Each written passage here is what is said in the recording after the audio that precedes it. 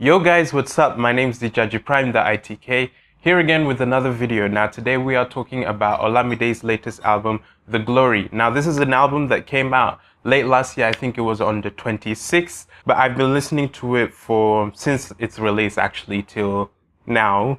Obviously, Olamide is a very popular Nigerian rapper artist, had one of the biggest songs last year, Fada Fada featuring Fino. I think Olamide has taken this lane of being the voice of the streets, something that he references a few times on this album. So going into this album, I like the tone and the mood of this album. Basically on this album, Olamide is very reflective and also quite grateful for, the life that he's living, being an influence to various people. Letter to Millie, which is, a letter to his future child, basically giving him advice, telling him, what he went through and, to just giving him life lessons, morals based on his own experience. I like the beginning parts of this album, especially tracks like Journey of 1,000 Miles, very reflective, very, calm, soothing, and filled with lots of great messages. The album then moves on to the track 4, Underground,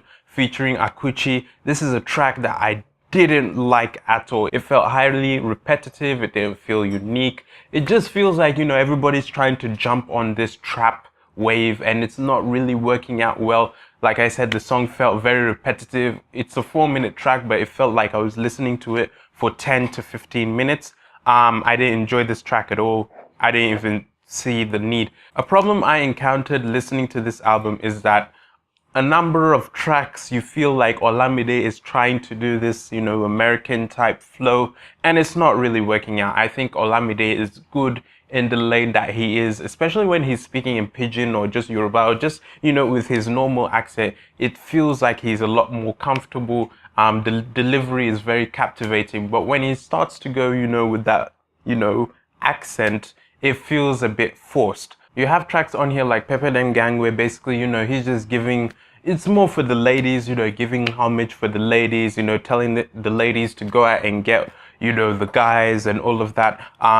You have a few more upbeat tracks on here. You have tracks on here that are filled with great messages like Grind, again, basically telling you just to work hard for whatever you want, giving you background on his story. Another good track on here that I enjoyed is Symbol of Hope. This album overall feels like it has a lot of components that will appeal to different kinds of people. You have, tracks that are more deep or more personal and reflective, filled with stories and morals that are inspiring and touching. You have tracks on here that are, basically just, your club friendly type tracks, the hits, the ones that will do well on the radio. And you have the tracks for the girldom, for the ladies, and I think it comes together quite well. There were tracks that I felt were completely unnecessary and should have been left off the album. Tracks like Underground, like I said, which felt tasteless, honestly.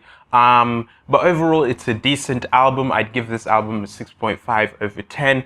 I would like Olamide more to flow with his natural flow and not really do the bait thing, do the thing that is, in trend or whatever. Like he said on the album, he has his own lane that appeals to a certain group of people or just appeals in general. And I feel that's a formula that has worked well for him. That's a formula that I personally enjoy and that I would like to listen to.